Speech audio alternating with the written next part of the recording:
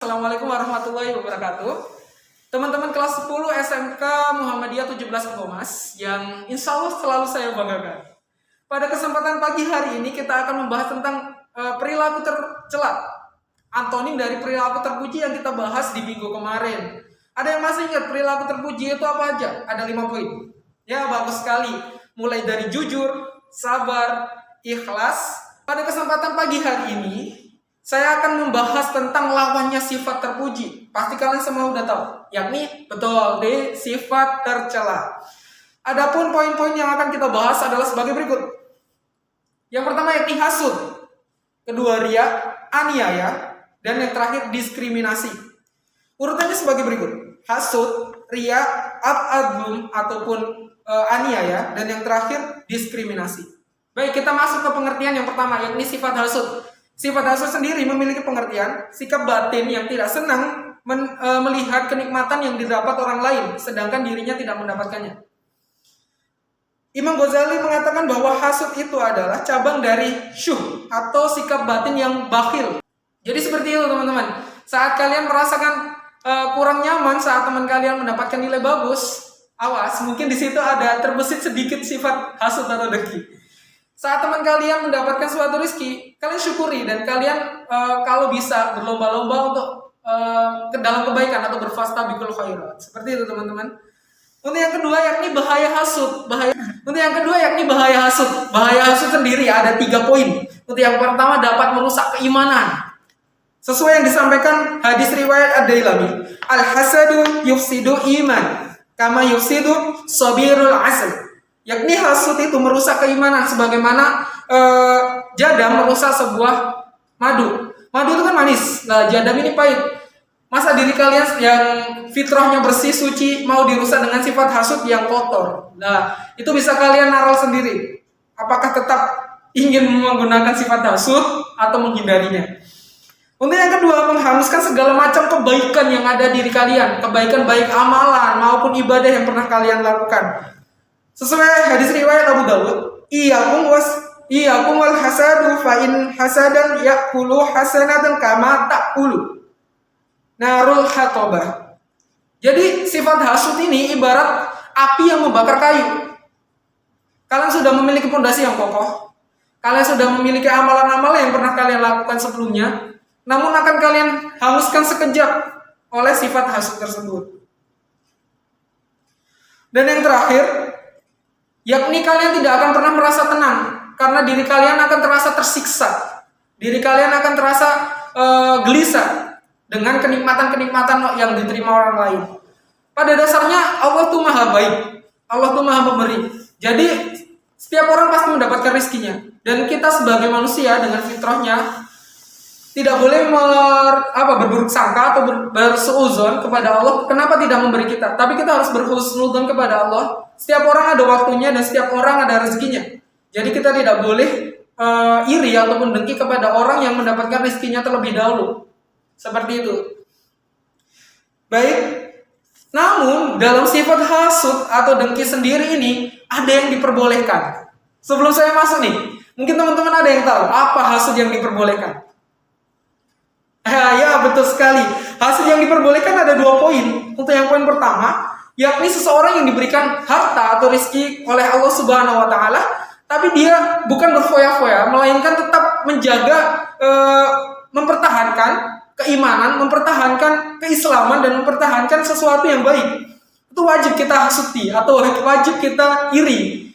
Karena mereka bisa, kenapa kita tidak bisa untuk mempertahankan keislaman dan agama kita itu sendiri? Seperti itu. Jadi kalaupun kita nantinya mendapatkan suatu rezeki, alangkah baiknya kita amalkan dan kita pertahankan untuk menjaga keislaman dan kerukunan umat. Seperti itu teman-teman. Untuk yang nomor 2, seseorang yang diberi Allah ilmu, kenikmatan ilmu, dan dia mengamalkan. Karena ilmu itu terbagi menjadi 2, ilmu yang bermanfaat dan tidak bermanfaat. Yang bermanfaat itu yang mendapatkan dan diamalkan, dan yang tidak bermanfaat itu yang mendapatkan lalu dibiarkan tanpa kontinu dan tanpa niatan untuk dijariahkan. Seperti itu teman-teman. Jadi kalian yang memiliki spekulasi atau memiliki suatu pengetahuan di suatu bidang, alangkah baiknya itu kalian ajarkan kepada adik kelas kalian atau kepada teman-teman sebaya kalian agar itu menjadi ilmu yang bermanfaat. Untuk yang kedua, sesuai gambar, pasti kalian sudah tahu sedikit banyak. Ya, pamer atau yang biasa kita sebut dengan riya. Riya sendiri menurut bahasa yaitu pamer yang biasa kita pakai. Secara istilah yakni memperlihatkan sesuatu yang nampak untuk diperlihatkan kepada seseorang agar dipuji ataupun mendapatkan apresiasi. Yang kedua, ada istilah sum'ah. Riya ingin didengar. Riya dengan ingin didengar. Kalau dilihat tadi pamer dan sum'ah ini ingin didengar. Terus tanda-tanda riya apa saja? Untuk yang pertama, malas beramal. Ciri-ciri orang riya itu malas beramal. Kenapa malas beramal? Karena tanpa ada orang yang melihat ataupun mengapresiasi, niat untuk beramalnya masih setengah-setengah. Untuk yang kedua, menambah amaliyah ketika dipuji. Nah, mungkin dari teman-teman di sini ada ya yang merasa lebih semangat saat dapat pujian dari sesama manusia, mendapat pujian dari sebaya. Ya, sebenarnya bagus itu untuk motivasi, namun perlu kita perbaiki di dalam niatnya. Innamal a'malu binniyat. Kalau ibadah yang kalian lakukan itu hanya untuk mendapatkan pujian atau apresiasi, wallahu a'lam, itu akan sia-sia untuk kalian. Niatkan ibadah dan perbuatan baik lillahi ta'ala. Untuk yang ketiga, mengurangi amaliyah kita akan mendapatkan pencelaan. Sebagai contoh, kalian saat menghafal Al-Quran atau memperbaiki bacaan Al-Quran kalian, lantas kalian disalahkan atau dikritik masalah bacaan kalian, sehingga kalian malu dan menurunkan semangat kalian untuk beribadah atau menurunkan semangat kalian untuk muhasabah diri, memperbaiki diri. Itu merupakan ciri-ciri tanda riya di dalam diri kalian. Jadi mulai sekarang setelah mendapatkan materi ini, mari kita koreksi. Mari kita koreksi diri kita. Apakah ada tanda-tanda riya di dalam diri kita? Kalau memang ada, istighfar, kita tinggalkan hal-hal itu. Seperti itu teman-teman. Untuk selanjutnya, riya ini banyak sekali mudaratnya. Dan sudah saya list di dalam materi ini, bahaya-bahaya riya. Antara lain, ketidakpuasan atau sakit hati. Penyesalan ketika orang lain tidak menghargainya. Karena kita yang kita harapkan hanyalah apresiasi. Saat kita tidak mendapatkannya, pastilah kita tidak puas dan kita sakit hati. Untuk yang kedua, kita akan terus terbiasa mengungkit kebaikan yang kita lakukan. Karena kita memang ingin diapresiasi dan dibanggakan oleh orang lain. Yang ketiga, tidak dapat bersungguh-sungguh dalam beribadah. Kenapa? Karena saat kita meniatkan ibadah kita selain kepada Allah, jelas saat tidak ada yang melihat, saat tidak ada yang mengapresiasi, kita akan bermalas-malasan dan tidak bersungguh-sungguh dalam menjalankan ibadah tersebut. Dan yang terakhir, di akhirat jelas. Itu urusan dunia akhirat besok. Sebagaimana kita tidak bersungguh-sungguh beribadah, bermalas-malasan dalam beribadah dan hanya mengharapkan pujian, jelas kita akan dijampakkan oleh surga dan diterima oleh neraka. Jadi teman-teman di sini, mari kita koreksi diri, apakah di diri kita ada sifat-sifat riya yang sudah saya sebutkan tadi. Dan marilah kita tobat bersama-sama, marilah kita beristighfar untuk menghindari sifat riya tersebut. Oke, kembali lagi ke materi. Untuk yang sifat ataupun perilaku tercela yang ketiga, yakni aniaya atau yang biasa kita sebut zalim. Pernah ya di sini aku terdolimi atau gimana? Pernah kan yang merasa seperti itu? Lah, di sini saya implementasikan lagi. Al-zalim atau aniaya dari kata al-zul, fi'il ataupun kata kerja dari zalama yadlimu, yang memiliki arti menempatkan sesuatu tidak pada tempatnya, menempatkan sesuatu tidak pada porsinya. Syekh Ibnu Rajab dan dari kebanyakan ijma ulama atau pendapat ulama dapat disimpulkan bahwa zalim ini adalah antonim atau lawan kata dari al-adl, yakni adil. Berarti zalim ini adalah ketidakadilan. Kita jelaskan secara istilah adalah menempatkan sesuatu tidak pada tempatnya atau tidak sesuai dengan ketentuan Allah. Seperti itu teman-teman. Untuk sifat yang selanjutnya yakni diskriminasi. Dari gambar sudah jelas ya, diskriminasi, yakni membedakan, adanya pembedaan di dalamnya. Untuk lebih jelasnya, diskriminasi adalah membedakan secara sengaja terhadap golongan-golongan tertentu, baik secara ras, agama, budaya, bahasa, fisik, yang dilakukan kelompok mayoritas kepada kelompok minoritas.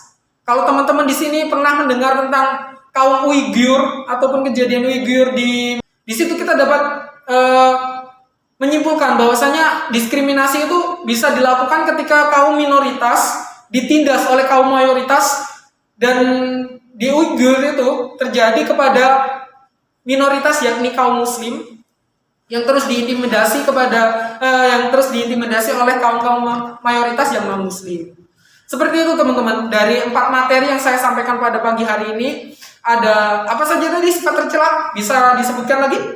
Betul, hasud, ya, ria, terus ada lagi?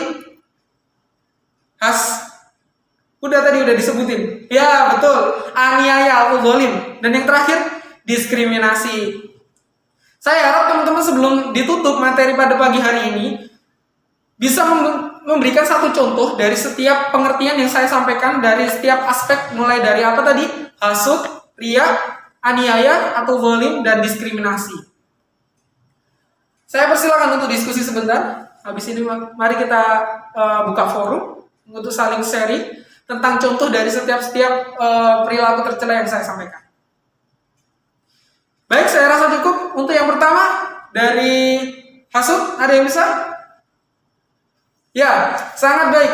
Contoh dari hasud dalam penerapannya, khususnya di lingkup siswa, khususnya di SMK 17 ini, mungkin seperti yang dicontohkan oleh Mas Joko tadi.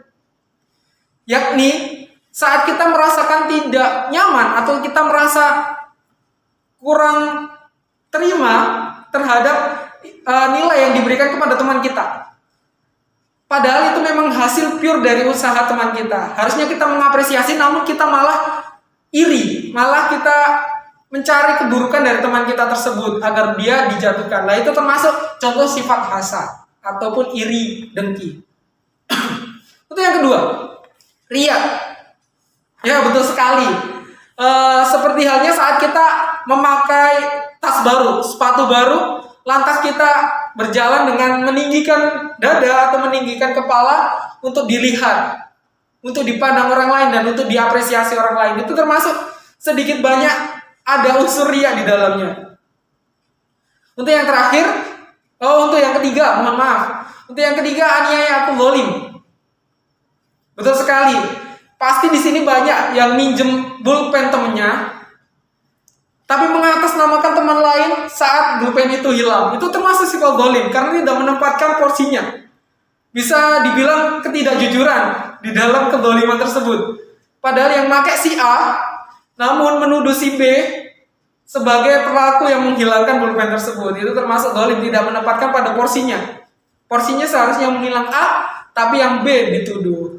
Untuk yang terakhir, diskriminasi, ada yang bisa? Ya, betul sekali. Di sini kita kan kehidupannya tidak selalu sama sesuai dengan ras kita sebagai orang Jawa. Kita di sini juga tergabung beberapa suku, budaya, bahasa. Nah, teman-teman, sesuai yang disampaikan Mas Joko tadi, kita sering sedikit banyak mengejek teman-teman kita yang dari Madura karena etnik atau bahasa mereka yang berbeda dengan kita.